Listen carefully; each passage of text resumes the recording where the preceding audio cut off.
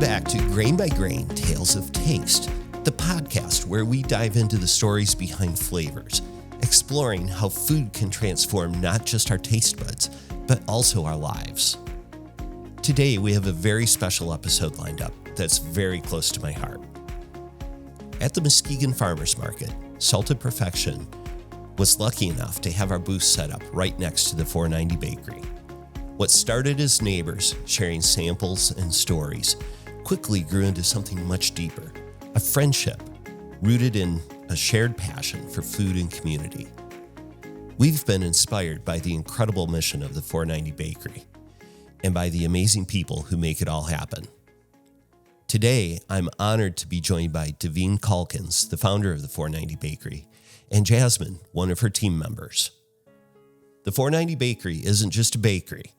It's a mission to transform lives, renew communities, and create meaningful second chances. We're going to hear their stories of resilience and renewal, so let's get into it. Davine, let's start at the beginning. What led you to the idea of starting a bakery with such a mission-driven focus?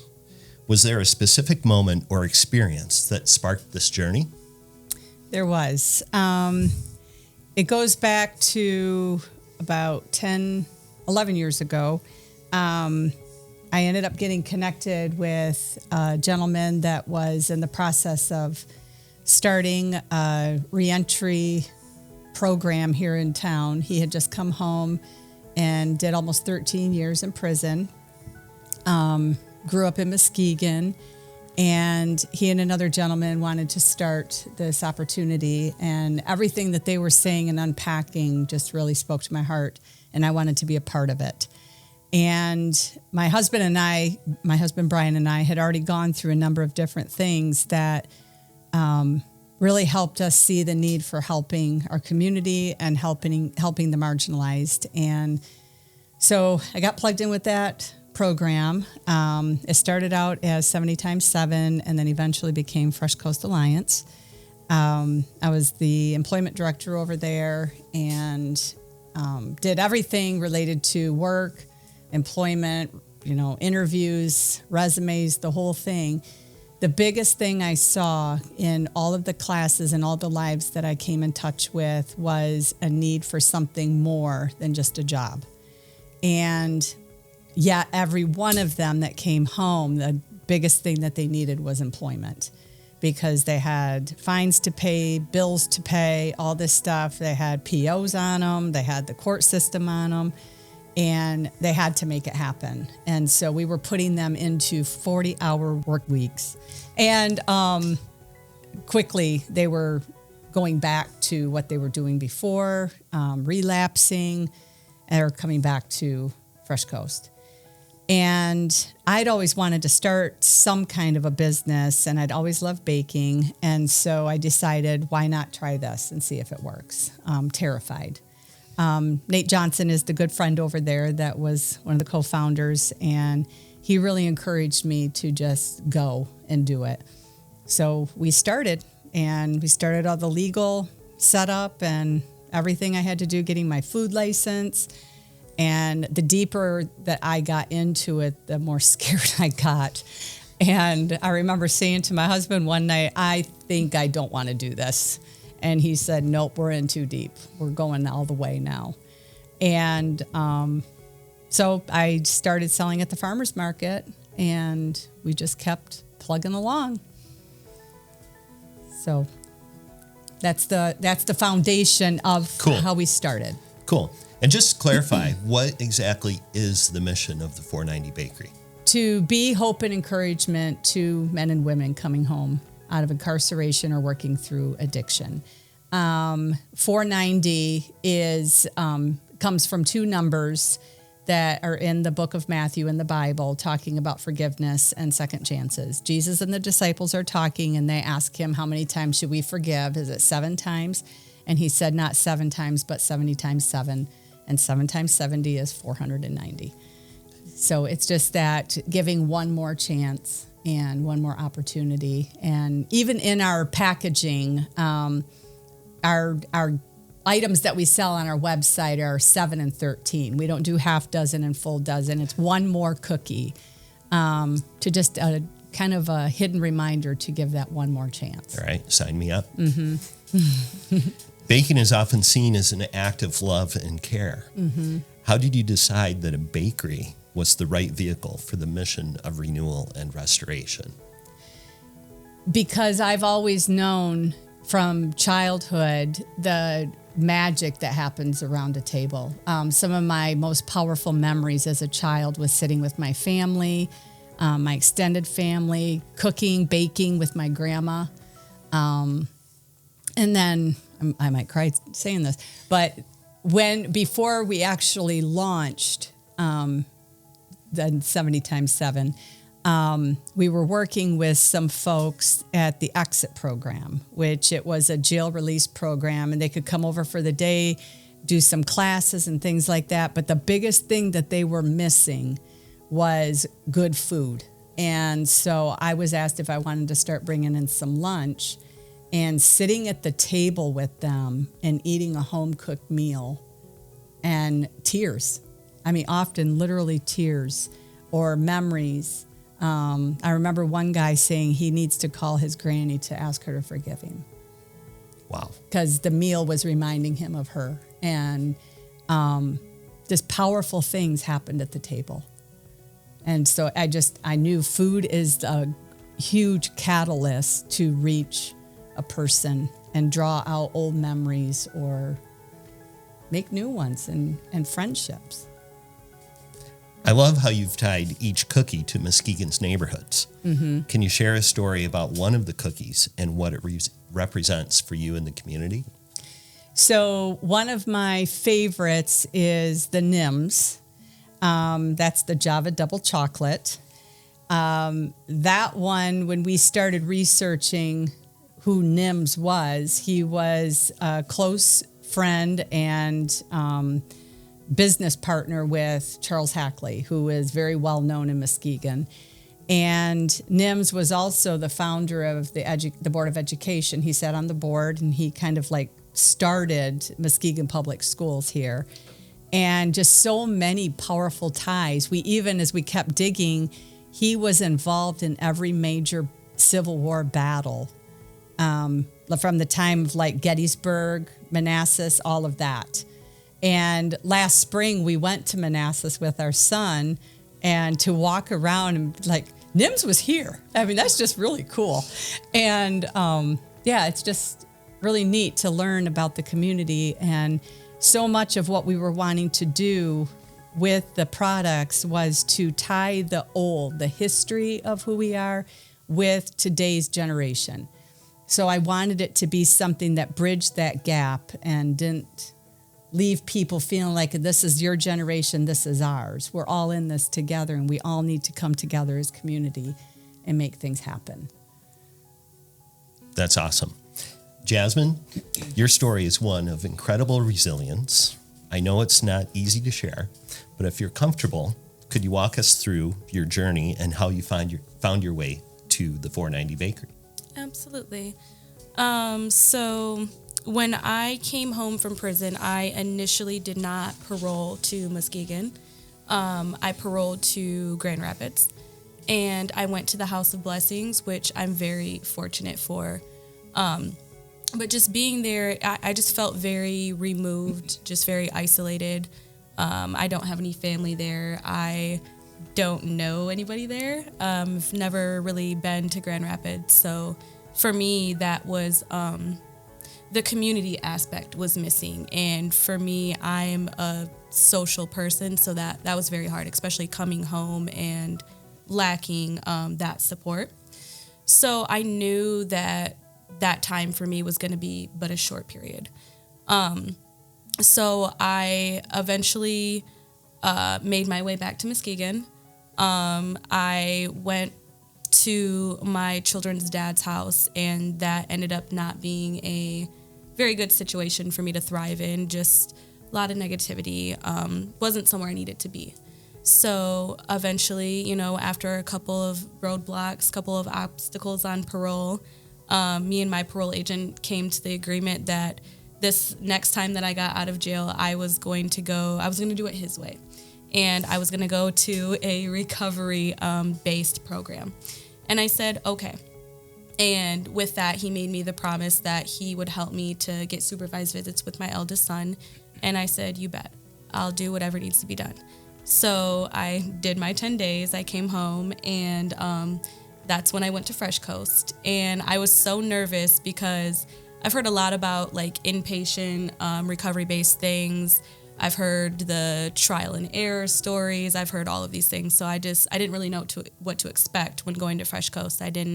I've never done anything like that before, but I knew that I needed something to help propel me forward, to help me build a more solid foundation in my life, because it just seemed like constant themes were reoccurring in my life, and I couldn't quite find my way out of that mess.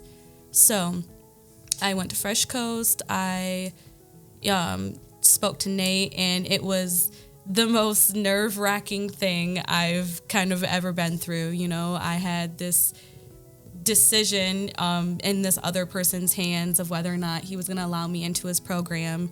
And I think that day is one of many impactful experiences that I can remember, just really seeing God's grace move through somebody. And I remember sitting there talking to Nate, and I remember telling him, like, I know your wife, she was a very instrumental part of my case, a part of, you know, me being able to get to where I'm at right now. She was very supportive throughout my court and everything like that. And I remember him asking me a few different questions, and I answered his questions, and I'm like, just thinking to myself, like, I don't know if my answers are good enough. I don't really know what this man wants me to say. At the time I was pregnant, I didn't have anywhere to go. There wasn't many housing options available for me. So I knew that this was really just kind of where I needed to be. And he fortunately let me reside there, and you know, against kind of the policies, I was, you know, a liability being pregnant and everything. They don't house pregnant females. They only house singular females. But he did. He gave me grace that day, and that is something that I will forever remember. Just like Davine was saying, just that giving one more chance really was impactful for me, because I got to see this other side of people after having been through these experiences for years on end and seeing the worst in people. I got to see the good nature of humanity in that moment when Nate gave me that chance to reside at the Fresh Coast Housing. So I resided there. I eventually transferred to the Hope Project and could utilize their resources and everything. And so that's where I ended up being. And then I still continued my resources at Fresh Coast. But I didn't have any work experience. I didn't really know how to make a resume or anything like that. And the job coach there, Jen, she said she would call around and see about some things. She would help me make a resume, all those good things. So eventually we got that stuff done, and, you know, she made a few calls. Nothing really panned out. And then she told me about Davine. And she told me that she had given my name and another person's name, and, you know, I could be expecting a call, hopefully sometime soon. And I remember the day that I got the call from Davine. I think I was actually in the Fresh Coast bathroom on break from one of my groups. And I was just so excited. I remember jumping up and down and just like holding my breath, collecting myself, and then answering the phone call. I spoke with Davine. She set up, I believe, an interview with me, you know, told me I could come in, we could meet, stuff like that, and that she would ponder things over. And I remember just praying and just hoping. I'd never had a job before, so I knew that this was a very good start of getting some job skills, just learning a skill set in general, learning some work ethic. And I remember when I got the call back and she had confirmed that I could indeed come work with her, I remember being so excited. I literally did not sleep the night before. Literally did not sleep, was so excited. You screamed. I did indeed. I screamed. I was so excited. Didn't sleep the night before. I believe that I was up at like 5:30 in the morning, just waiting, cleaning, waiting.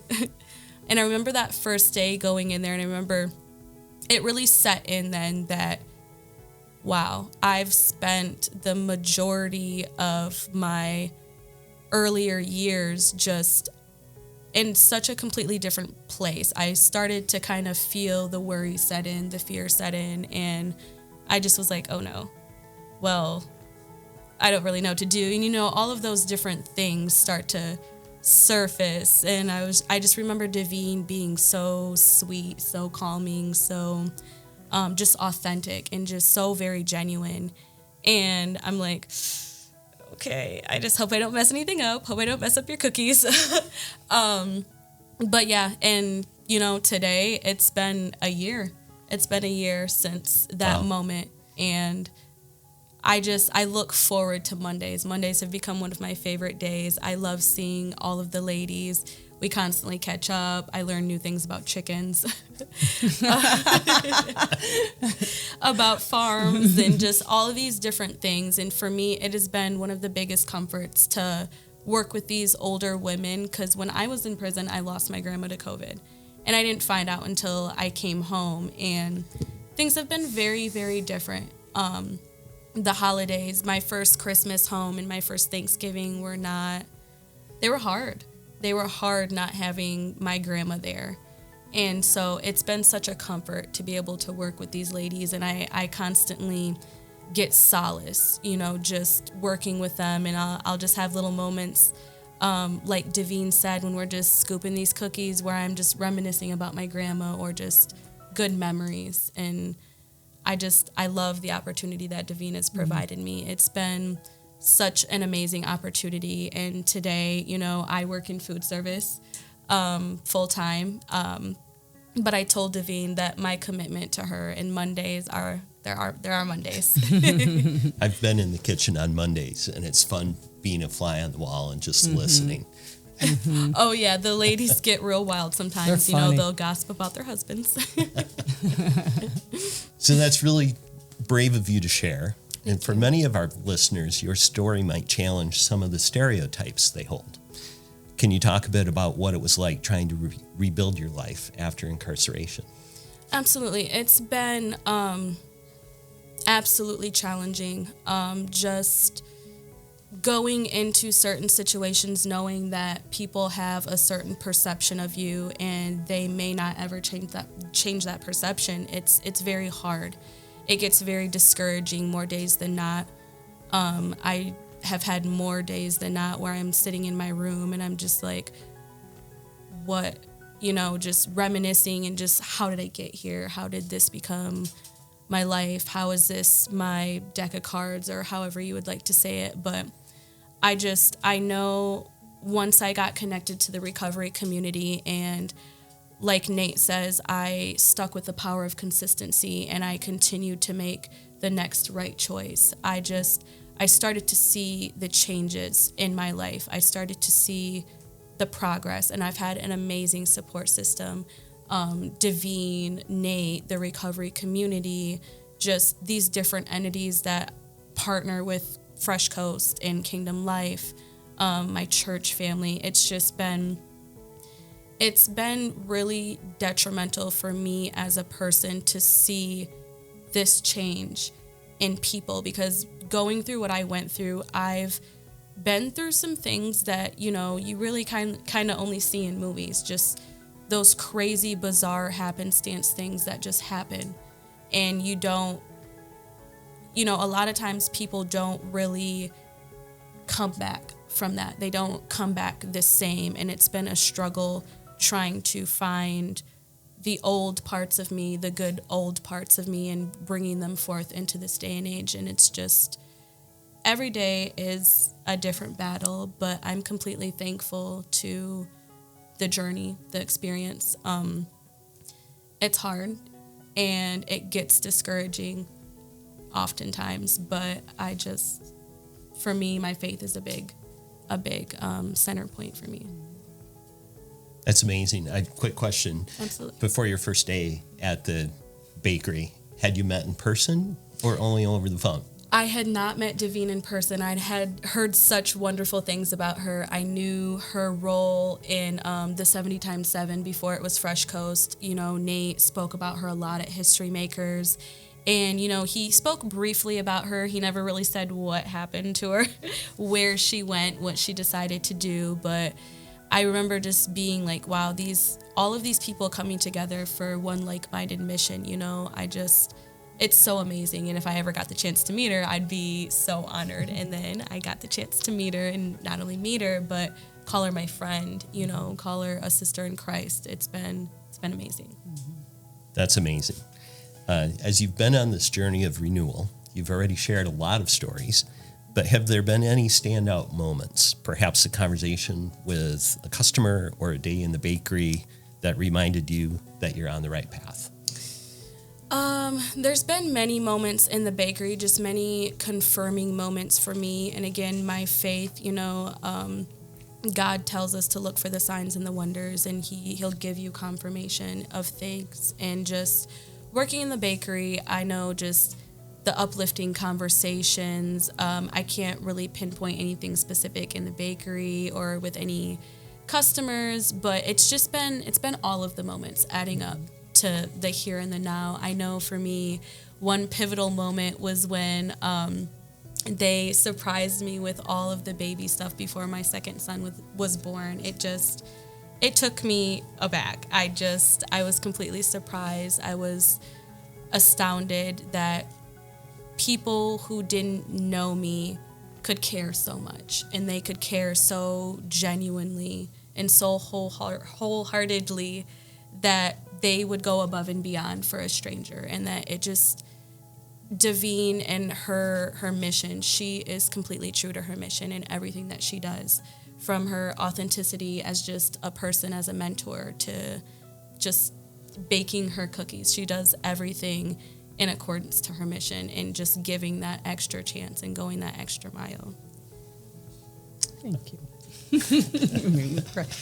Is it okay if I interject something real quick? Absolutely. To what you said, when you come home and you were asking about how hard it is.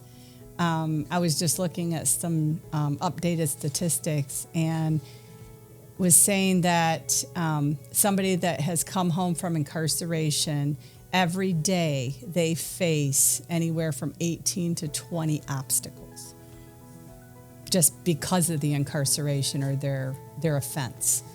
And I remember watching that with different ones when I was working directly with so many, and it was consistently just one thing after another. But the power of consistency is it. It's just that, like Dave Ramsey says, baby steps. When you're working through something, you just take the next best step, and it gets you there. Eventually you get there. And just watching Jazmine do that, it's been wow.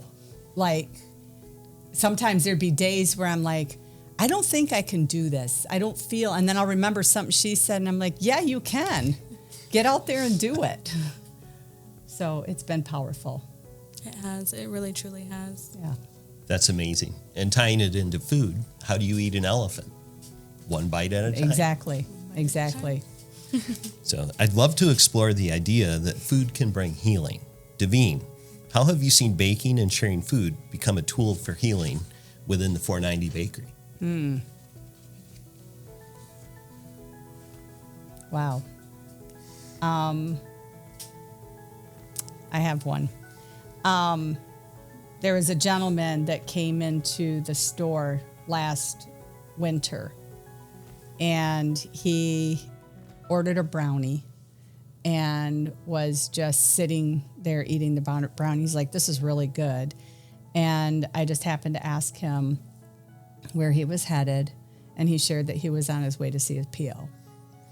And we just kept talking, and he said then he was going to the funeral home. His wife had died. And he started sharing his story and the guilt he felt. And I told him it wasn't his fault. And then he just cried. He continued to eat the brownie. But it was like a moment where that was almost like a diversion for him, as he was sharing the story that he didn't feel anybody else would listen to. And I just listened, and he just was able to share. And so we've had a number of those, not huge, but small things happen since we've moved into our storefront. But it's just been really powerful. And I don't know, I guess that's a question that I'd have to think more on that one a little bit. Well, it's cool to see the Holy Spirit at work. Absolutely. Every day. And just so many small things. You know, when we moved into this store, I wanted to do so much more here than just cookies and the baked goods. And so I asked some friends if they wanted to come in. They were wanting to start a business and do coffee and their coffee and smoothies that they wanted to start. And so we brought two businesses together in our storefront. And to see the things that happen even in that, when somebody comes in and they're cold and they want a cup of coffee, and then they just start sharing their day or their story with you. And there's so many times where it's like you feel like you're just sitting here waiting for the next person with a story, we all have one, to come in and talk. And just people want to be heard. And they just want you to listen to their story and take the time out of the day to hear and say, thanks for sharing that, or laughing with them about something funny, or healing, Yeah. you know, lots of things. Jazmine, have you found that baking or simply being part of this community has helped you heal emotionally? And are there certain aspects of baking that you find particularly meaningful? Absolutely. I definitely have seen the transformation even in just how I perceive certain things just from being part of the things that I'm part of. I'm very active in Kingdom Life Church. I'm very involved in the recovery-based community. I plan to be a recovery coach at some point. I went through my C-card training, and just being a part of this world where people are constantly treated as outcasts and treated as the least at ease. It gives you just a different type of just sense of purpose when you're able to give back and you're able to do something constructive to help people in that predicament. And especially when you can relate to what they feel or, you know, what they've been through, it's there's no other feeling like it, really, honestly. And when it comes to the baking, I know with every scoop that I make that somebody's life is going to be changed at either some point. And, you know, I may not be around to see it, but I know that I am part of something bigger than myself with every scoop that I take. We see it on people's faces at the farmers market after they buy one of the 490 bakery cookies and they walk past our booth and they've got their cookie, and it just brings joy. Absolutely. So for both of you, if there's one dish or baked good that holds special meaning, what would it be and why? Well, that's a tough question. Probably for me, it would be all of the cookies, because I've always loved baking cookies. That's been my favorite. I mean, I felt like I often had success as a kid when I'd bake with cookies. Other things I had to work harder at. And cookies are just like, they can be so different, and yet you can find one you like. And I really like that. Like, we don't have to all agree, but we can find something that we like about each other, or we can agree on. And so we can all agree that we like cookies. We may not like the same kind. But I really probably get the greatest joy out of doing them. And it's a good thing since I do so many. For me, let's see. I'd have to say the cookies as well. Just, I'm not too involved with Davine's bakery, so I haven't been around to make many other things with her. I particularly help with the baking of the cookies, so that's been a very just impactful thing. So just knowing that these cookies are part of a bigger mission, it's just, I love it. Cool. Let's zoom out for a moment. Davine, what do you see as some of the biggest challenges facing people who are re-entering society after incarceration? And how does 490 Bakery help to address those challenges? Probably the biggest is, the small things of getting employment, housing, all of that. They're not small. Those are really big matters. But the community can be, in my belief, the biggest challenge. And if I'm wrong on that, tell me so. But that's what I've observed. I wasn't incarcerated. I had my own things that I struggled with growing up, even as a younger adult, and the stigma that people have about it. Challenges with our kids and the stigma that, well, maybe it's because of this or your parenting or whatever. And so I feel that what I am doing is, one, the most important, being encouragement to them. If I come in contact with somebody that has a record or is struggling through addiction, even if it's a family member, I want to be encouragement to them. But the other part of it is I feel like I'm in a position now in the community with the business to educate the community. And so when I talk to them about what our mission is and what our vision and everything is, to be able to help them understand what reentry really is and what it is not, and what addiction really is and what it is not. And there's a lot of stereotypes out there about those things. And people think they have it all figured out. It's just something you can stop. It's something, you made a bad choice. You deserve to be locked up. It's just not that cut and dry. And I know I've done enough things that had the laws been different, I would have been locked up. And I wasn't, thank goodness, because the laws were different. But none of us has the right to cast a stone. So, Jazmine, from your perspective, what's one thing you wish people understood about individuals who have been through what you have, and how can society be more supportive? Oh, that's a challenging question.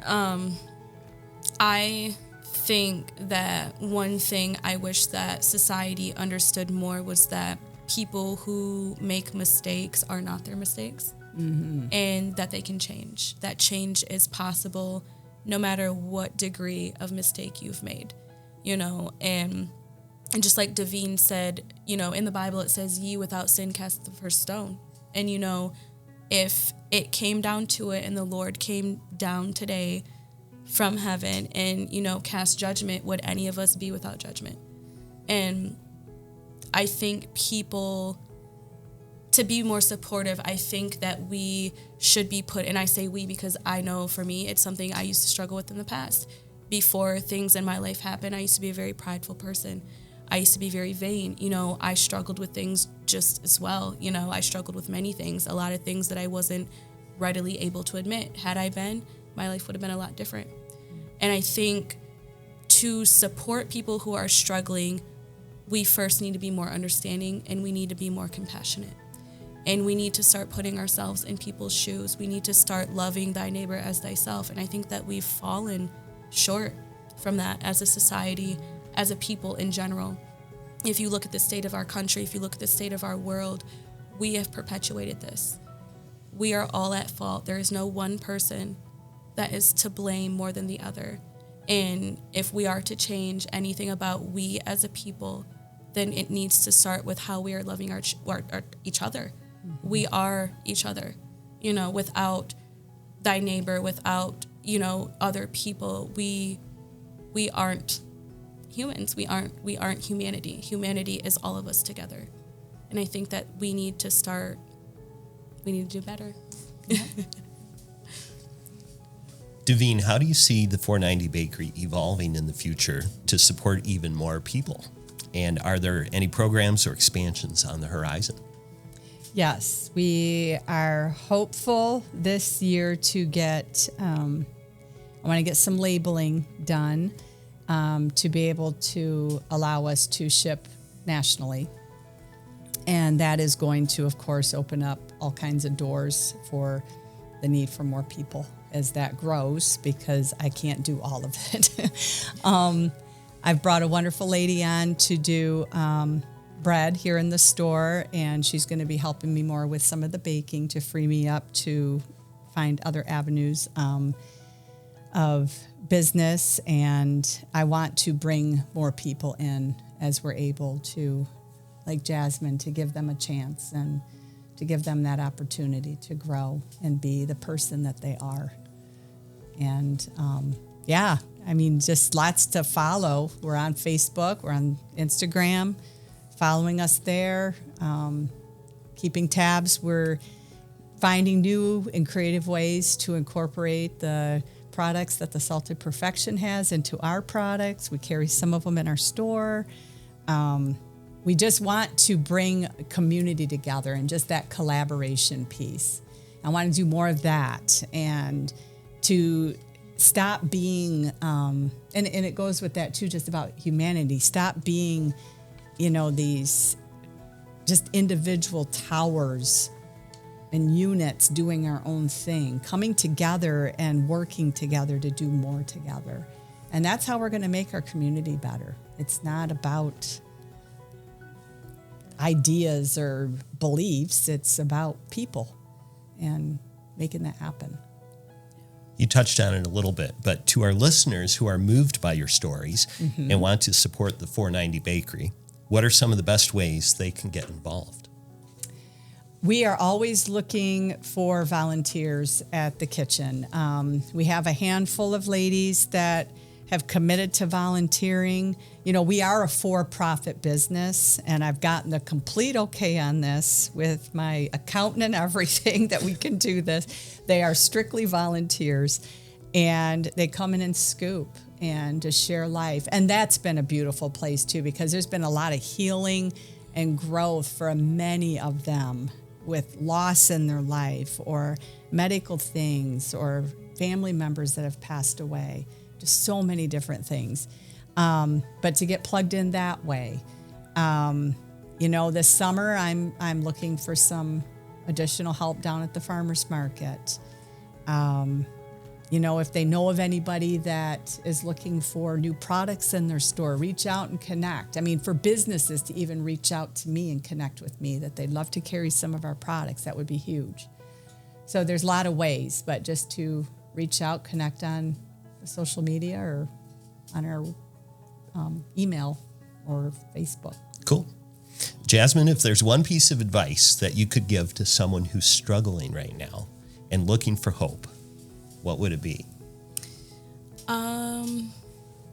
I would have to tell them to push, and it is an acronym, and it I actually forget what it stands for, but I know it's just keep praying until the next best thing happens or something like that.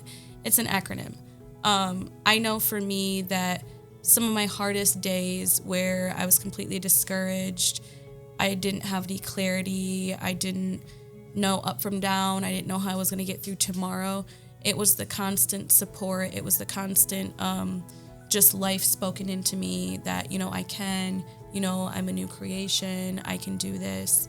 And just that pushing through the hard times has been everything. It's been that action, it's been that power of consistency, it's been, stepping outside of my comfort zone, reaching out, when I'm feeling upset or I'm feeling triggered or just anything, if I feel like I need to be heard or just need somebody to just vent to, just reach out, stay connected, know that you aren't alone in all of this, that we're all going through something, whether we're willing to admit it or not, we're all going through something, and just keep pushing. And another great way, real quick, is to connect with Fresh Coast Alliance. Just go to their website. They have ways on there that you can connect with somebody. They have a form that you can fill out, and that's just freshcoastalliance.com. Cool. .org. Okay. What does the concept of community mean to both of you, and how has Muskegon played a role in your journeys? I'd say for me, community means to me, when I was younger, I really had no conception of what community meant. I was very isolated, very withdrawn. My family didn't get out much into the community, so I didn't really know what my expectation of community was. But after my incarceration and after coming home and experiencing just some different things with community, I would just have to say community looks like Fresh Coast. It looks like the churches. It looks like, people like Davine that have this mission at heart and want to help in whatever way they can. It looks like, just loving each other through it all, just being there, just being somebody that is a good person, just being good to people. I feel like that's what community looks like. Mm-hmm.